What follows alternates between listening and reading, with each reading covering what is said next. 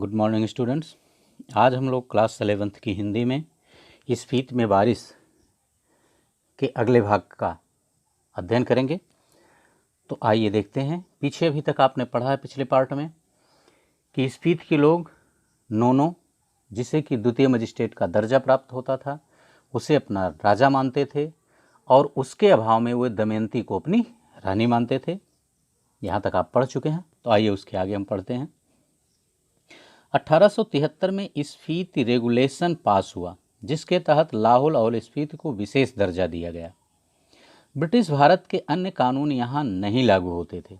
देखिए, जब हमारे यहाँ ब्रिटिश सरकार थी तो वहाँ 1873 ईस्वी में एक स्फीति के लिए एक नया रेगुलेशन कानून ही बनाया गया और उस कानून के तहत लाहौल और स्फीति को एक विशेष प्रकार की सुविधा दी गई, विशेष दर्जा दिया गया। लेकिन ब्रिटिश सरकार ने भारत के अन्य राज्यों में जो कानून बनाए थे वे कानून वहाँ लाहौल और स्पीति में नहीं लागू होते थे। रेगुलेशन के अधीन प्रशासन के अधिकार नोनो को दिए गए, जिसमें मालगुजारी इकट्ठा करना और छोटे छोटे फौजदारी के मुकदमों का फैसला करना भी शामिल था। चूँकि नोनो को द्वितीय श्रेणी के मजिस्ट्रेट का दर्जा मिल ही चुका था सरकार की तरफ से, इसीलिए इस नए रेगुलेशन के तहत नोनो को इस तरह का अधिकार दिया गया कि वो मालगुजारी को इकट्ठा कर सकता है और वहाँ स्फीति और लाहौल में होने वाले छोटे छोटे फौजदारी के जो मुकदमे हैं वह उनका निर्णय भी दे सकता है, उन पर फैसला सुना सकता है। उसके ऊपर के मामले वह कमिश्नर के पास भेज देता था और यदि इससे बड़े कोई मामले होते थे तो वह नोनो जो होता था वह उन मामलों को कमिश्नर जी के पास भेज दिया करता था। उन दिनों लाहौल स्फीति का वृतांत कांगड़ा जिले के अंतर्गत कुल्लू तहसील में मिलता था।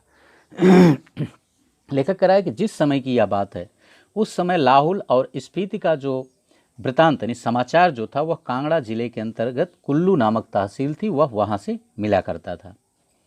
स्वराज्य के बाद 1960 में लाहौल स्फीति पंजाब राज्य के अंतर्गत एक अलग जिला बना दिया गया।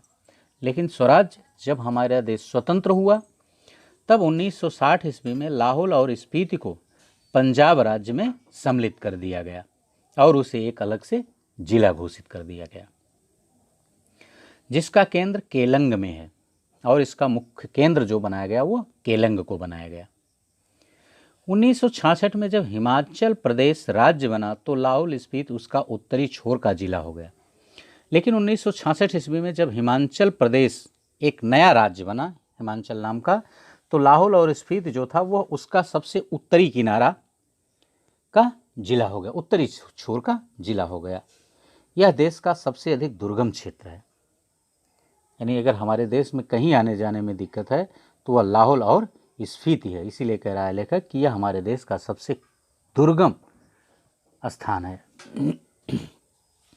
स्फीति 31.42 और 32.59 अक्षांश उत्तर और 77.26 और 78.42 पूर्व देशांतर के बीच स्थित है।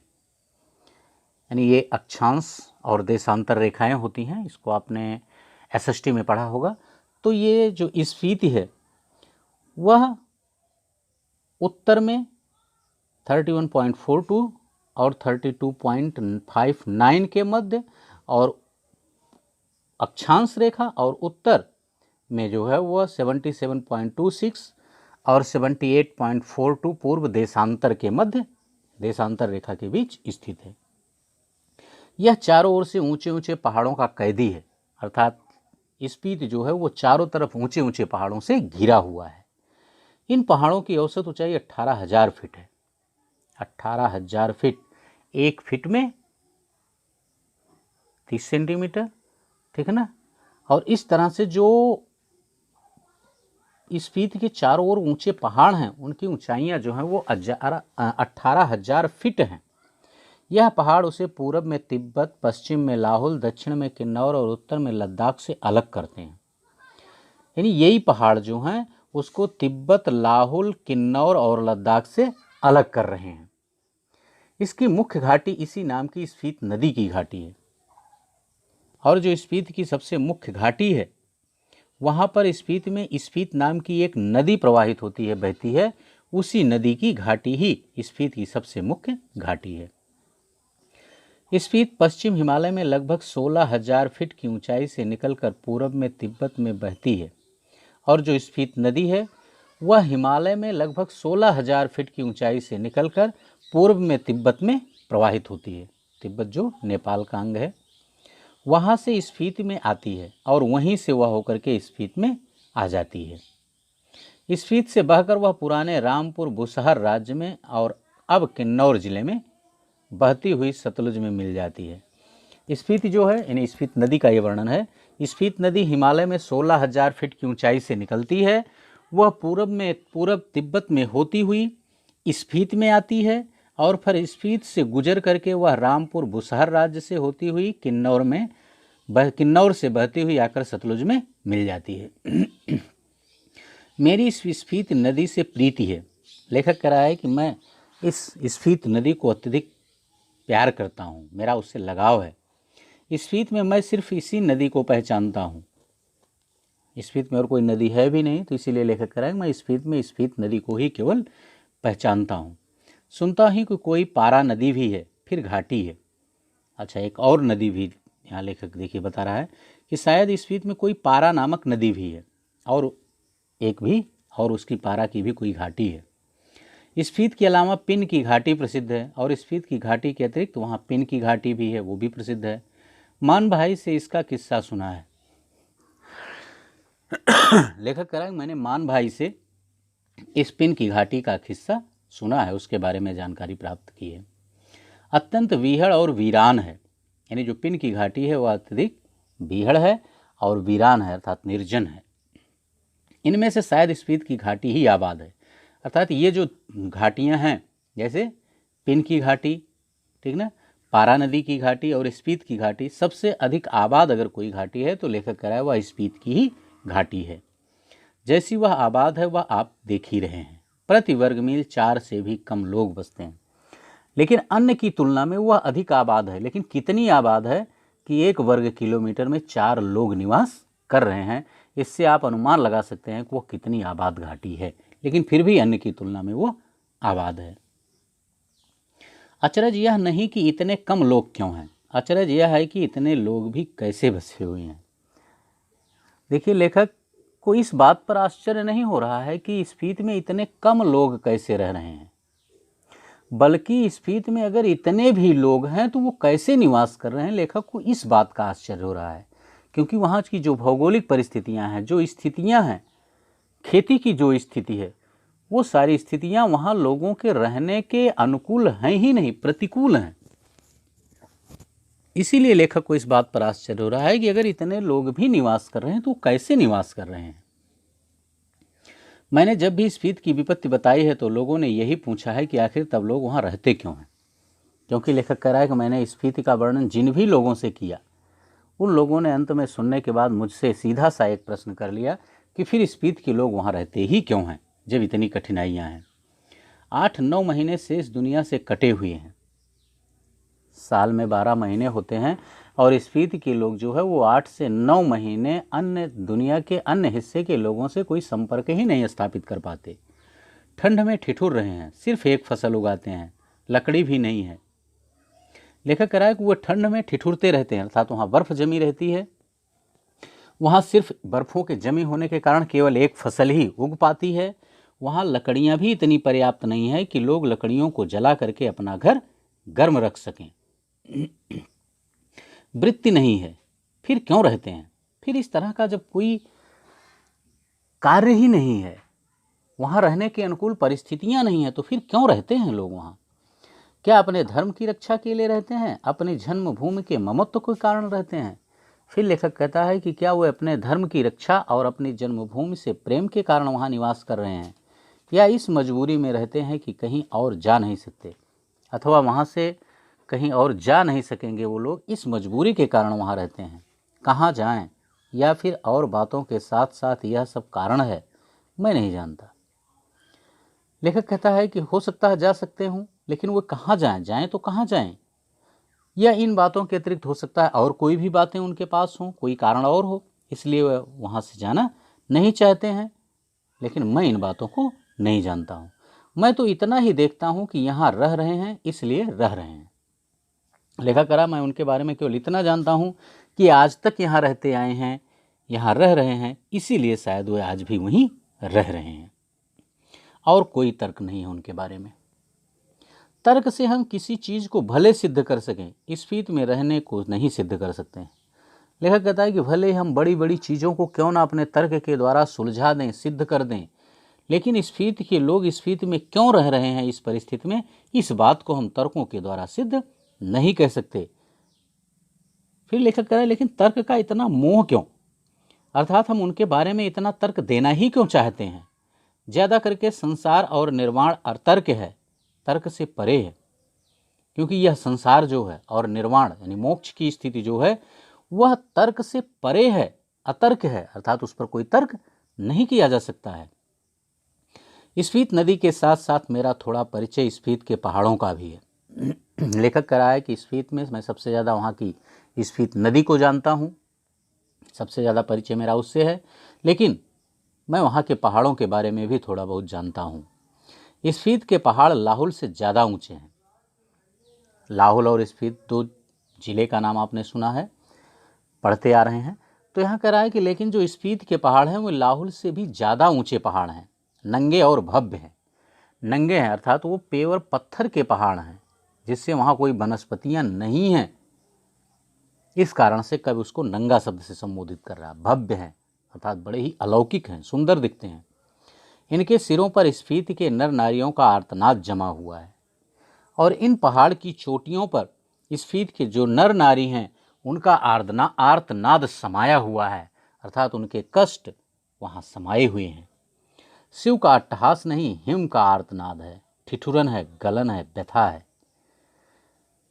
कभी कह रहा है वहाँ शिव का अट्टहास नहीं है, अर्थात भगवान शिव ने यानी किसी देवता ने उनको इस तरह से कष्ट पहुंचाया है, ऐसा नहीं है। वहाँ केवल हिम का आर्तनाद है, अर्थात बर्फ के कारण वे लोग दुखी हैं, इस कारण वहाँ ठिठुरन है, गलन है, और इसी कारण से स्फीत के लोग व्यथित हैं, दुखी हैं। इस व्यवस्था की कथा इन पहाड़ों की ऊंचाई के आंकड़ों में नहीं कही जा सकती है। लेखक कह रहा है कि स्फीत के लोगों का जो कष्ट है वह इन पहाड़ी ऊंचाई के आंकड़ों में नहीं व्यक्त की जा सकती है। फिर भी जो सुंदरता को इंच में मापने के अभ्यासी हैं वे भला पहाड़ को कैसे बख्श सकते हैं। लेखक कह रहा है फिर भी जो सुंदरता को इंचों में मापना चाहते हैं भला वह इस पहाड़ को कैसे छोड़ सकते हैं, अर्थात इसकी सुंदरता को वे कैसे छोड़ सकते हैं। वह यह जान लें कि स्फीत मध्य हिमालय की घाटी है।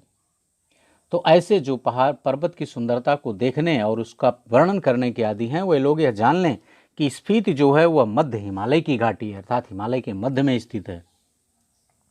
जिसे वे हिमालय जानते हैं, स्केटिंग, सौंदर्य प्रतियोगिता, आइसक्रीम और छोले भटूरे का कुल्लू मनाली, शिमला, मसूरी, नैनीताल, श्रीनगर, वह सब हिमालय नहीं है। देखिए ये लेखक बता रहा है कि जो लोग कुल्लू मनाली को, शिमला को, मंसूरी को, नैनीताल को, श्रीनगर को हिमालय का हिस्सा मानते हैं, हिमालय मानते हैं कि हम तो यहाँ घूम के आए, तो मान रहे हैं कि हम तो हिमालय पर घूम के आ गए हैं, वह हिमालय का हिस्सा नहीं है, अर्थात वह वास्तविक हिमालय नहीं, वह तो हिमालय का तलुआ है, अर्थात वह हिमालय की सबसे निचली घाटी है। तलुआ माने होता पैर का निचला भाग। आप देखते हैं ना कि जिससे हम चलते हैं, जहाँ जूता या चप्पल पहनते हैं उसको हम तलुआ कहते हैं। इसका मतलब है कि ऊपर का हिस्सा भी नहीं, निचला भाग एकदम जो ये सफ़ेद रंग का होता है उसको तलुआ कहते हैं, पाँव की तालू, ठीक है ना। तो इसका मतलब है कि ये शिमला, मंसूरी, नैनीताल, ये सब तो, कुल्लू मनाली, ये सब तो सब हिमालय के सबसे निचले भाग हैं जहां हम घूमने जाते हैं और छोले भटूरे खाते हैं। शिवालिक या पीर पंचाल या ऐसा ही कुछ उसका नाम है, यह तलाटी है। लेखक कह रहा है कि शिवालिक या पीर पंचाल इसी तरह का कुछ नाम है, शायद लेखक यहाँ भूल रहा है, उसको कन्फर्म नहीं याद है, लेकिन इसी तरह का उसका कह रहा है कि कुछ नाम है, और यह हिमालय की तलाटी में स्थित है। रोहतांग जोत के पार मध्य हिमालय है। जो रोहतांग की घाटी है उसके उस पार मध्य हिमालय मिलता है। इसमें ही लाहौल और स्फीत की घाटियाँ हैं, और इसी मध्य हिमालय में ही लाहौल और स्फीत की घाटियाँ स्थित हैं। इन घाटियों की औसत ऊंचाई नापी गई है। श्री कनिंघम के अनुसार लाहौल की समुद्र की सतह से ऊंचाई 10,535 फीट है। कनिंघम ने नापा था ऊंचाइयों को समुद्र तल से। चूँकि अक्सर आप देखते हैं किसी भी रेलवे स्टेशन पर जाइए तो रेलवे स्टेशन की ऊंचाई जो होती है वो समुद्र तल से लिखी होती है कि समुद्र तल से इस स्टेशन की ऊंचाई इतनी है, इस स्टेशन की ऊंचाई इतनी है। ऐसे आप किसी शहर में जाइए बड़े बड़े तो वहाँ भी लिखा रहता है। तो वही कह रहा है कि कनिंघम के अनुसार अगर देखें तो इस स्फीति की पहाड़ की जो ऊंचाई है वह समुद्र तल से 10,535 फीट है। और स्फीति कनिंघम के अनुसार लाहुल की ऊंचाई जो है वो 10,535 फीट है और स्फीति की ऊंचाई 12,986 फीट है। यानी लगभग 13,000 फीट तो औसत ऊंचाई है ही। ठीक है, यानी अगर देखा जाए तो वास्तव में स्फीति की जो औसत ऊंचाई है समुद्र तल से वह 13,000 फीट है। अर्थात स्फीति जो है वो समुद्र से 13,000 फीट की ऊंचाई पर बसा हुआ है। मध्य हिमालय की जो श्रेणियां स्फीति को घेरे हुई हैं उनमें से जो उत्तर में है उसे वारालाचा श्रेणियों का विस्तार समझें। यानी कह रहा है कि मध्य हिमालय की जो श्रेणियां स्फीति को घेरे हुए हैं उनमें जो उत्तर की तरफ की श्रेणी है वह बारालाचा की श्रेणी है। बारालाचा दर्रे की ऊंचाई का अनुमान 16,221 फीट से लगाकर 16,500 फीट का लगाया गया है। और बारालाचा जो दर्रा है उसकी ऊंचाई एक औसतन अनुमान लगा रहा है लेखक कि वो 16,221 फीट से 16,500 फीट तक है। इस पर्वत श्रेणी में दो चोटियों की ऊंचाई 21,000 फीट से अधिक है और इन पर्वत श्रेणियों में भी दो चोटियां ऐसी हैं जो 21,000 फीट से अधिक ऊंची हैं। बस बच्चों इस पार्ट में इतना ही। इस चैनल को आपने सब्सक्राइब नहीं किया है तो चैनल को सब्सक्राइब कर लें, वीडियो को अधिक से अधिक लाइक और शेयर करें, बेल आइकन दबा दें जिससे कि नया वीडियो अपलोड किया जाए तो उसका नोटिफिकेशन आपके पास पहुंच जाए। कमेंट करके हमें यह ज़रूर बताएं कि यह वीडियो आपको कैसा लगा। इसके अगले पार्ट को आगे की व्याख्या लेकर हम अगले पार्ट में आपके समक्ष उपस्थित होंगे पुनः। Okay, thank you.